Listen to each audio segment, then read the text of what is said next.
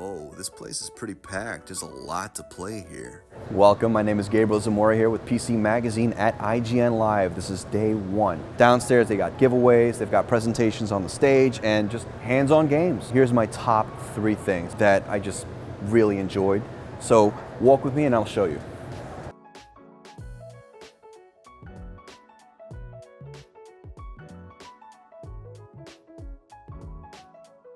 We got hands-on with the Pip-Boy from the Fallout TV show, made by the Wand Company. It was shown off on stage at IGN Live, but we got a closer look at the prop with one of the company's co-founders. Check back tomorrow for an in-depth look at this fantastic collectible. You don't want to miss this one. So right here we got Stampede Battle Royale, which came as a surprise. I wasn't really too familiar with this game coming in, but essentially it's like a 60-man Super Mario Kart. Am I in first? What's going on? I didn't know I was that good. Lots of items, lots of tracks, and you're racing against 60 other players to get to the top. Feels pretty good to play.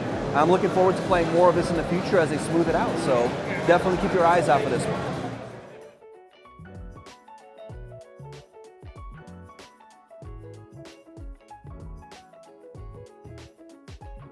I got hands-on with Pipistrello right now, and this is very much a kind of like Zelda-inspired Game Boy Advance style game. Gameplay feels like what you would expect, except instead of a sword, you have a yo-yo, and you get like all kinds of trick shots and special abilities you can do with that. But the story is basically, as you can see, your aunt is being cursed by the mob of what looks like rats.